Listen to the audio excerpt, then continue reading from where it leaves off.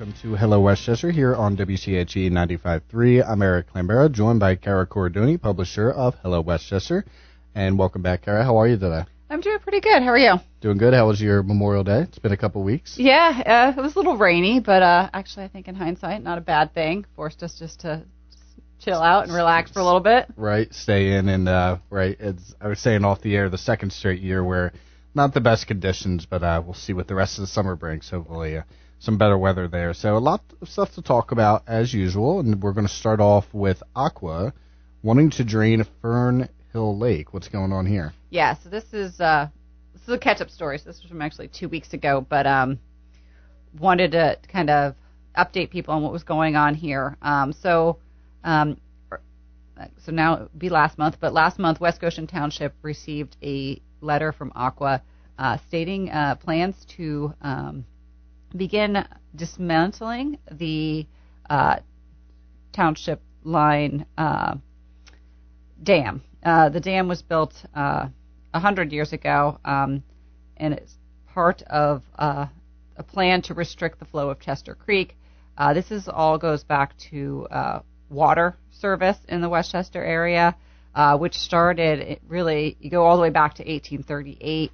That was like 40 years after the borough was chartered. A Westchester borough was permitted to build a waterworks, and that water started with sources from the Bath Springs, but as needs grew, additional supply was developed, and that came along Chester Creek, eventually leading to a need to dam it. And so that was done in 1935. They built Township Line Dam, which created Fern Hill Reservoir, which is a 64-acre man-made lake that runs between the West Goshen and East Goshen Township lines. And for at least the last 25 years, this property has been owned by Aqua. It was part of a sale in 1998. The borough, which then managed the Westchester Area Municipal Authority, managed the area's water service. They sold that water business to the Philadelphia Suburban Water Company, which is now Aqua, sold that for $22.4 million. As part of that sale, Aqua acquired this dam and this reservoir, and they've maintained that for the last 25 years. They have kept it private, so there was no public access, so no sanctioned fishing or boating or any other activities on the lake. However, there are a few residents that are built around it to get a chance to enjoy the view, but that may no longer be the case. So what's now being proposed, so Aqua owns the lake and the dam, but for the last, I think for the majority of the time they've owned it, they haven't been using it, so they have not used it as a public water source as it was originally built. And now the reservoir itself, the dam itself is in need of repairs, and those repairs are going to be costly. So Aqua is proposing draining the lake, the reservoir, and removing part of that dam to allow the Chester Creek to flow freely again. As part of that, they want to turn over the land to West Goshen Township. So what they said in their letter is the partial removal of the dam will not only reduce the associated public risks of a potential dam failure in the future, but will also improve stream water quality and therefore the health of wildlife in Chester Creek watershed.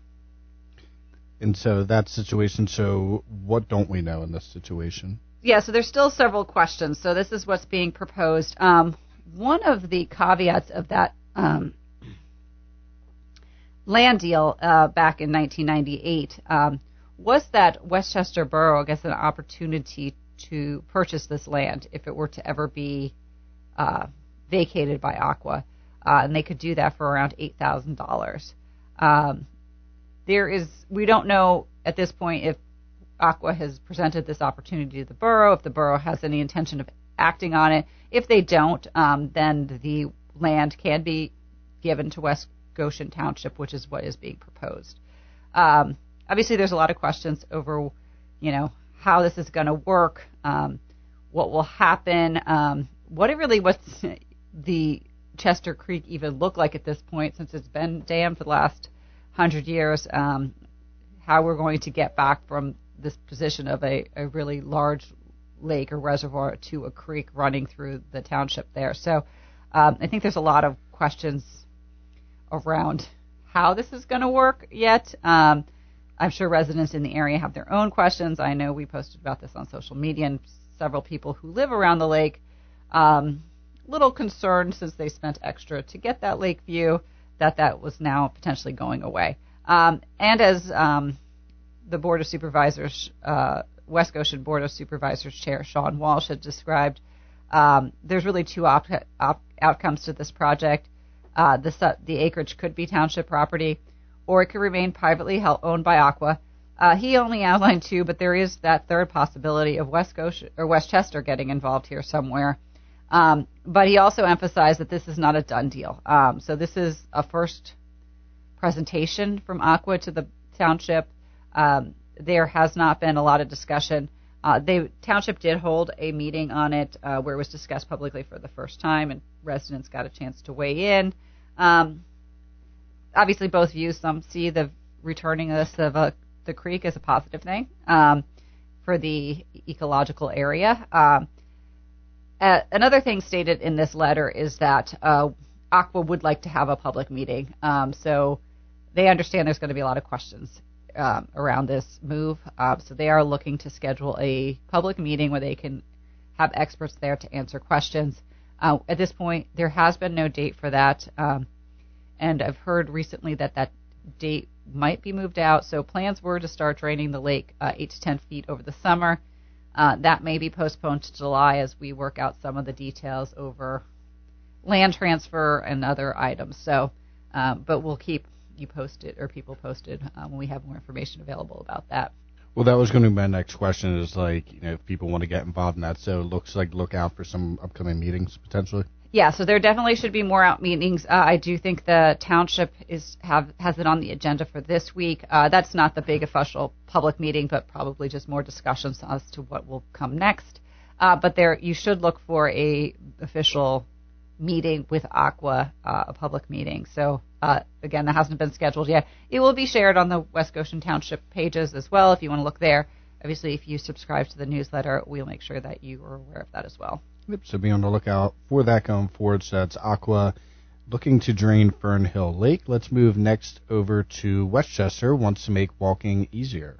Yes, so we are seeking some sidewalk solutions. Earlier this year, the Westchester Transportation Advisory Committee surveyed residents and asked them to list their greatest transportation concerns. Number one was the Flowbird parking app. Which probably doesn't surprise anyone, but it did make the survey, and then general parking. But beyond that, really were issues of connectivity.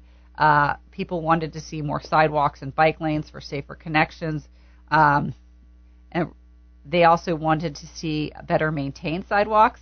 And actually, there was a request for alternatives to the brick. So brick sidewalks are kind of a signature of Westchester Borough, but while they, as residents, one resident or respondent put it, while they are charming, they can also be hazardous, and it's tough when you are disabled, or if you're a senior and have trouble walking, or anyone pushing a stroller. Those can be challenging. So there is some a little bit of interest. There's some interest in and maybe getting away from brick. Residents would also like to see better connections to stores such as Aldi, Target, ShopRite, and Giant, making those either walkable or bikeable. Westchester Borough and East Bradford Township a couple of years ago in 2023, they worked together to complete a project that provided a walking path from Marshall Street and the Audubon Point Apartments to the Broadford Plaza Shopping Center. That's where the Giant is. The project included installing paved sidewalks, an ADA accessible entryway, and pedestrian crossing signals at the light there. And that for some people would have been the first time they could safely walk to a supermarket from Westchester. So that was done with the combination of grant funds and some financial input from equally from East Bradford and West Goshen or Westchester. Now West Goshen is looking at a new project. This would install a sidewalk along Paoli Pike and would look to further connect West Goshen Township with Westchester Borough. This is part of the township's comprehensive plan to improve the pedestrian access between Westchester Borough and the West Goshen Shopping Center. Obviously, this need has only grown as we've seen the addition of shopping options such as Aldi's, Target, and even when I went down there to take pictures, actually saw people walking down the street just trying to get from one place to the other. So it is a concern. There is a concern here, and there's definitely safety issues. However, there's also some structural issues. An engineering report came back, and it's not going to be as simple as just adding a sidewalk, particularly on one side. The western side will be particularly tricky. There is the Chestnut Grove Cemetery is right there, so a sidewalk would put pedestrian access right near the grave sites.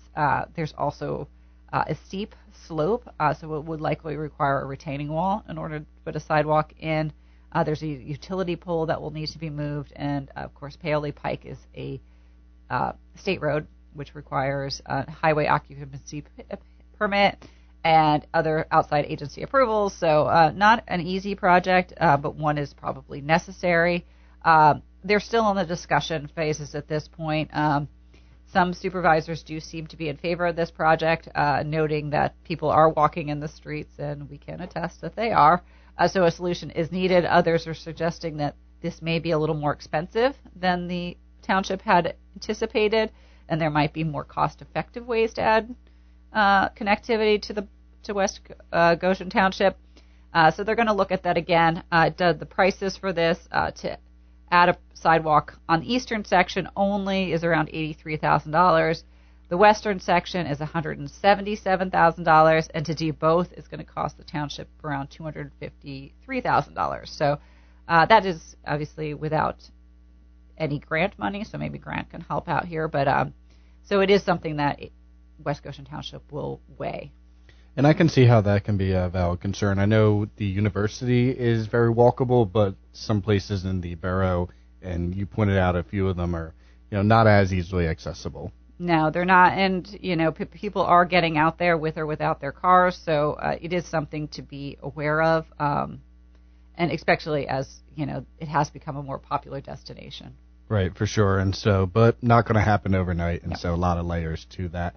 Let's try to get one more in here before our break, and that was Westchester sharing its summer paving plan. Yes, so exciting news for borough residents. I know a lot of people are waiting to see which roads get paved this year. A lot of patches and cracks over the winter with lots of cold temperatures. I say we had snow, and I used to have it melt for like a month. Yes, which does take its toll on the roads. Unfortunately, it also takes its toll on the paving budget.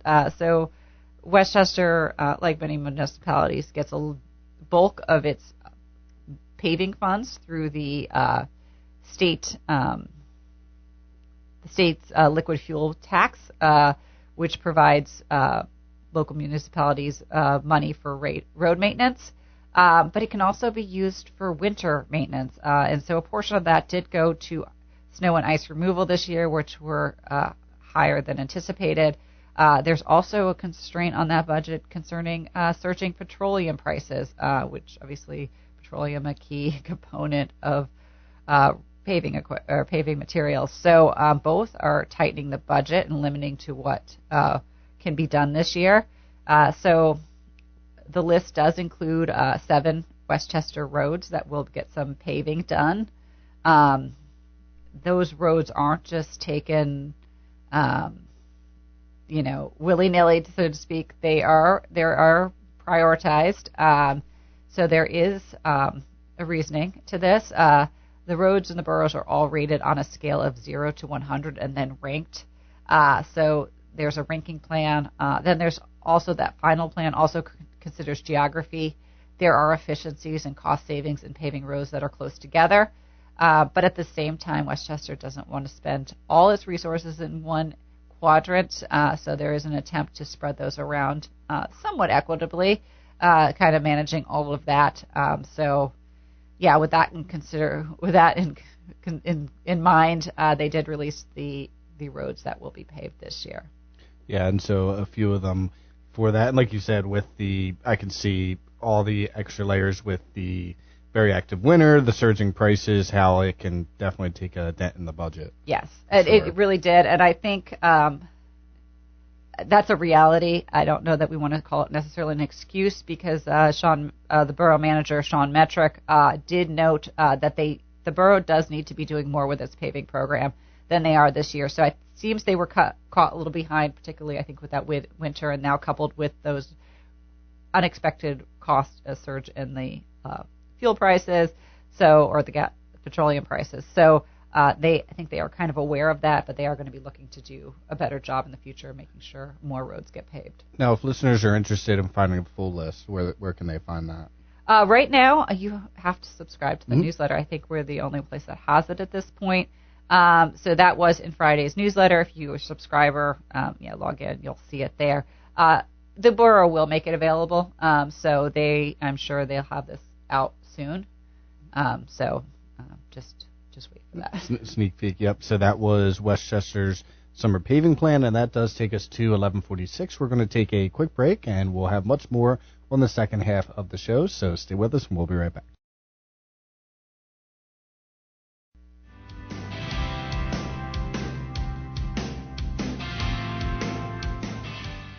And welcome back to Hello Westchester here on WCAG. I'm Eric Lambera, joined by Kara Cordoni, publisher of Hello Westchester, which you can subscribe at hellowestchesterpa.com. So picking up where we had left off, we are going over to quick updates, and the first one being Paul Miller's Law going into effect this Friday.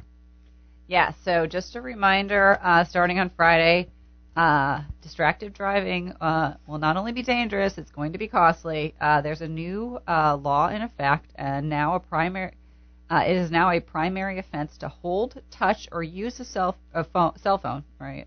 Any phone, I suppose, but mostly cell phones, even when stopped at a red light or in traffic. So the first offense will cost you $50 in fine and approximately $200 in court costs.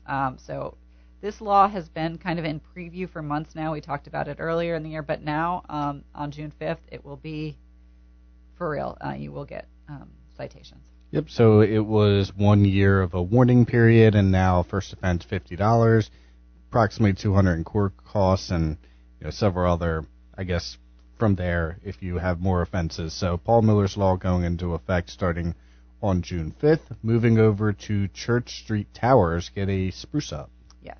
But before we go there, because you reminded me in the break, there is another change going into effect this week. Flowbird, which we discussed in that first story this morning, not being all that popular, well, it is going away.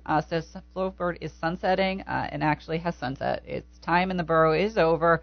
Starting today, your app of choice for Park Mobile, actually it's the only app you'll have access to, is going to be Park Mobile. So if you're parking, you'll use Park Mobile to park in the borough now. There are kiosks too if you prefer not to use the app, and Park Mobile does have a call option, again, if you don't want to download anything.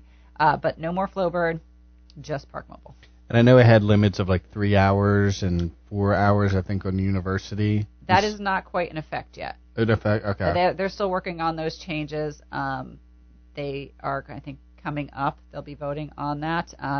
But right now, there are no parking limits in the town center or at Westchester University.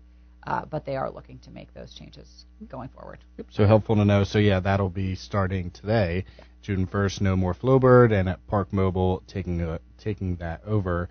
Seems like a lot of people like it. In comparison, it seems to be more user-friendly. Yeah, so hopefully this transition will go a little smoother. Right, we'll see how that goes. And moving over to Church Street Towers, getting a spruce up. Yes, so this is a group effort between the Westchester Green Team, the Westchester Rotary Club, the Church Street Towers tenant group, and State Rep Carolyn Comita's office. But they work together to add some new flower beds to the homes which serve elderly and disabled tenants on North Church Street. There's also new container gardens and a new lending library. So all spruced up and looking nice over there. Yep, so looking a lot better, some much-needed upgrades. And let's go over to a Westchester author finishing her second book. Yes, so Westchester author Erica Riley is out with her second novel. This one is called The Shallows of Avalon, and it's a follow-up to her popular beach read, The Swells of Stone Harbor. But while that first one was a mystery, this is completely different. Shallows of Avalon is about a reunion of 6 actors in a soapy teen drama. After 4 years, the popular show is abruptly canceled, and the actors leave and go their separate ways. And then a decade later, they are brought back together for a 3-day fan reunion, and the book is about what happens during that time. So that book is now out, and Erica is out and about signing the book and doing readings. She was at Bookmarks on Gay Street on Friday, but she is the resident author over there, so she'll probably be back again. So you can check out you can get the book there and probably check out her website for additional readings. And that does sound like in the Shallows of Avalon, I could see that as far as like the teen drama. Yes. I could see that. Yes. It's definitely very fitting there, but make sure to check that out. So that is The Shallows of Avalon. Erica Riley, the author of that book. Westchester students complete a time-honored tradition. Yes. So last week was Senior Walk for this year's graduating seniors. This is an annual practice where the students from each of the 3 high schools return to their elementary and middle schools to high-five students and thank their teachers for the part they played in their success. But not only is it a great time for the students, it's a fun one for the teachers. Fugate Middle School social studies teacher Frank Nevos wrote on Facebook last week that it's one of his favorite days of the year. So it's a good one. And speaking of teachers, we're going to roll right into teacher retirement. So we honor the teachers this week at their graduation. Last week wanted to take a minute to recognize the Westchester Area School District teachers who have retired or will be retiring at the end of this year. This year, Westchester is going to see 17 teachers retire. Reston's took a hit in the social studies department. They lost 66 years of experience with just 2 retirees. 4th grade also taken a hit, losing 55 years of insight, and art departments lost 62. So a list of retiring teachers was in last week's newsletter if you want to see them all. Yep. So wishing them the best of luck in retirement and a lot of extensive experience they're losing here. So congratulations.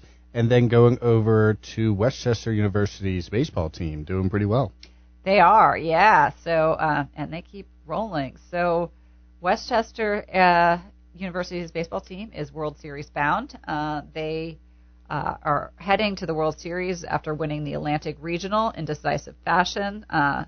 They did lose the PSAC championship to Millersville earlier last month, at the beginning of the month. But since then, they have not lost a single game in tournament play. And this was Friday, but at the time they had outscored their competition 35-15. They have gone on and they've notched 2 more wins over the weekend. So they are down in Cary, North Carolina.